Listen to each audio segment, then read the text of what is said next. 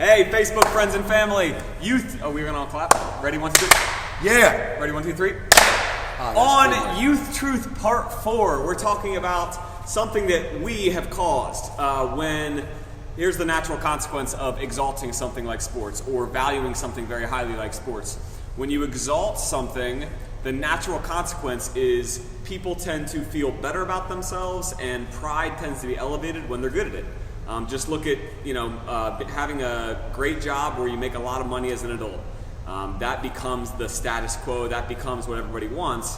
And if you are one of those people who are rich, you just feel better about yourself. That's what's happened with sports. We've exalted sports up on this pedestal, hence giving tens of thousands, hundreds of thousands of dollars a year in scholarships to people who are good at sports. And I get it. I get that it's just the way things are. Our society values sports very highly.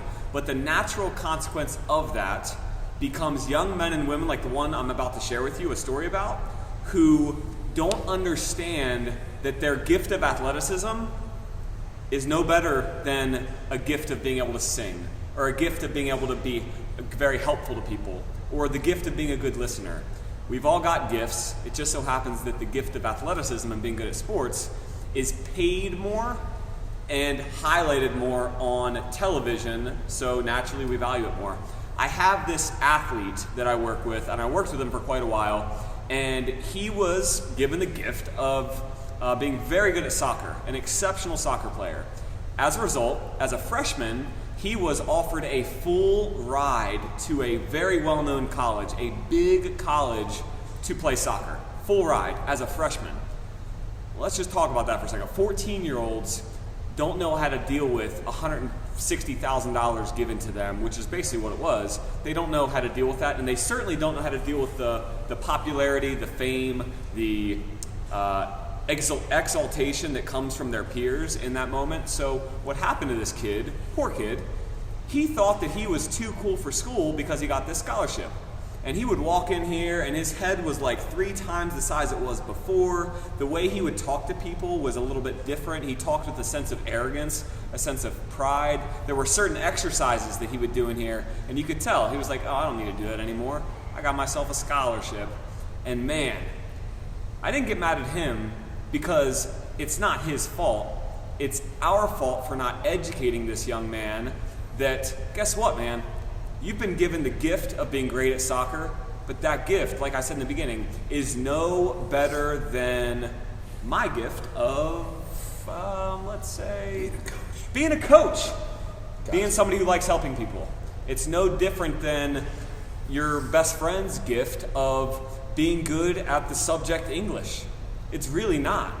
So I told him, I said, let's call him John. I said, John, just because you've been given a lot of money and a lot of opportunities and a lot of abilities with your sport of soccer, please do not let that go to your head and make you ever feel like or think that you're better than anybody else for it. That's where I'm going to kick it off to these gentlemen, Coach Eric, Coach Travis. What do you guys got to say on this topic? So the big thing is you see it all the time, especially at the high school level, right? Some kids excel at a higher level than others, and as a result, they're the popular kid, right? But a lot of times you'll see that same popular kid that had it all in high school, had all the potential in the world when it came to sports, they got blew up to a point where they acted like their stuff didn't stink. And unfortunately, they get stuck.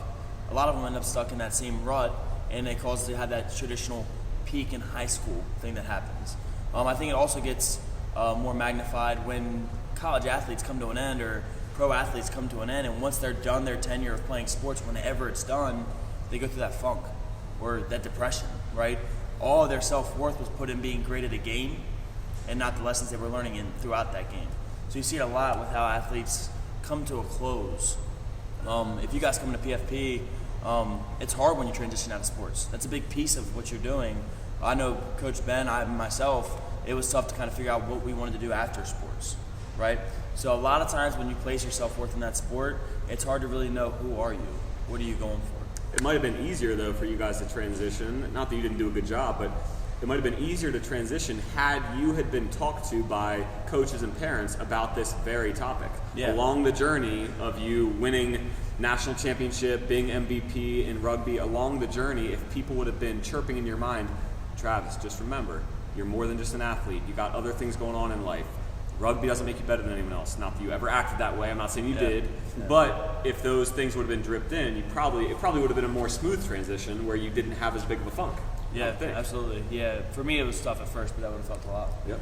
Yeah, building off of what you said, as coaches, athletes, coaches of athletes and parents of athletes and mentors of the youth, we have to remember to remind our athletes, our youth, what is important.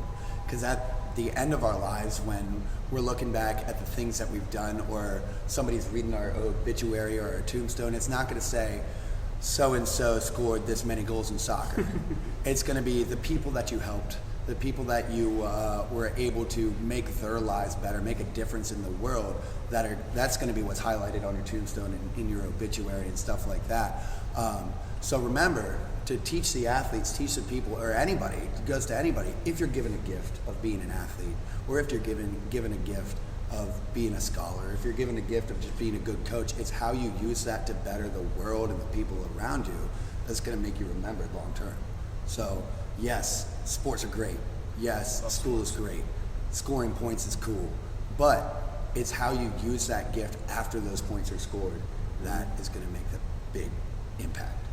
So with the Youth Truth message, what we're really talking about is, as coaches and parents, what can we do differently to better help set our student athletes up for success, not just on the field, but off the field? So as a coach or a parent, when I think of something that a parent could do a lot differently to help your athlete to avoid what we're calling sports superiority syndrome, if you want to help your athlete avoid feeling superior, even for a moment in their lives, just because they're good at a game, if you want to help, start by not always talking about what your kid did well after a game. At work the next day, when you're at the water fountain talking to your friend, why is it that the first thing you want to talk about so much is how many goals your kid scored last night, how great they did? Or if you're the opposite side of the equation as a parent, how terrible your kid did and how much they need to improve. It's because you too have to avoid, and you too might value sports a little too highly. Guys, here's the reality. Nobody actually cares if your kid scored 3 goals or not. You get that sense of pride inside, but keep it there. You know what I mean? Like, feel good about it because you know how hard your kid worked. But then as soon as you go out and blast it out on social media, as soon as you start talking to your friends about it, and then your kid sees or your kid hears, it's triggering something on their mind saying, you know what, this is my gift. This is all I'm good at. This is what I need to continue to highlight in my life. I got to make sure I keep exalting myself so that I can get praise and recognition and reward and acknowledgement. And it's this whole vicious cycle. So as parents, let's just talk about parents, we need to pause when we start to give too much praise for our kids just because, again, they had a hat trick, they got a scholarship. Goodness, I know this family and these parents, they did become a little bit prideful because their kid earned a great scholarship. We can't do that because guess what? Just as quickly as that scholarship was given, it can be taken away because that kid gets injured, that kid makes some dumb choices in high school, and then what? Then they feel like a complete failure because the one thing in their life that was making them feel like they were up on this pedestal is gone. They fall off the pedestal, and then a Maddie Holleran story is there to take the place, and we certainly don't want that. Yeah, and the big thing is, as an athlete, you can be proud of your accomplishments, right? But you got to stay humble, and you got to understand that sports are very volatile, and one day they're going to come to an end, right? And what you're left with is the lessons you learn along your journey. So my challenge for you guys, take pride in the process, constant improvement, and don't get caught up in thinking you're above anybody because you're good at sports, right? It should be a platform for you to do great things, not be better than other people. You see it in the NFL, you see it in basketball, you see the egos take down great athletes that had a great platform to make a big change. Again, be proud of what you're doing, but understand how it's going to apply later, and it's just a platform for success later.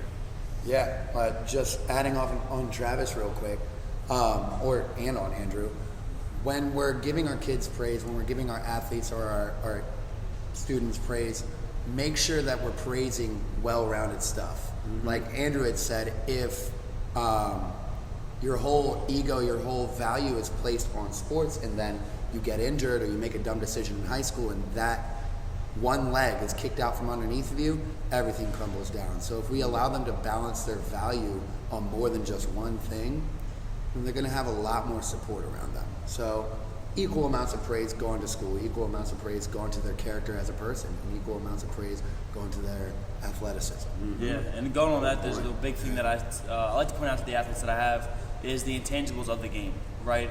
My mind goes to football. I have some football kids in here. Are they blocking downfield to the whistle? Is that left tackle finishing plays down the field?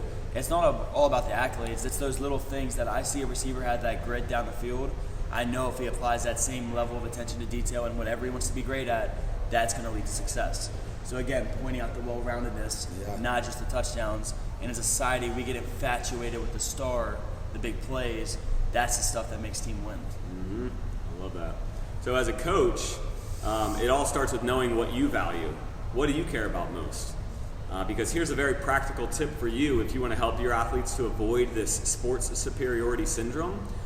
Define what your values are as a coach, and then weekly, before one of your practices, do shout outs with your players, where your coaching staff shouts out different players for great things that they recognized that reflect those values. Shout them out at practice so that the kids start to recognize, because what coach says matters most.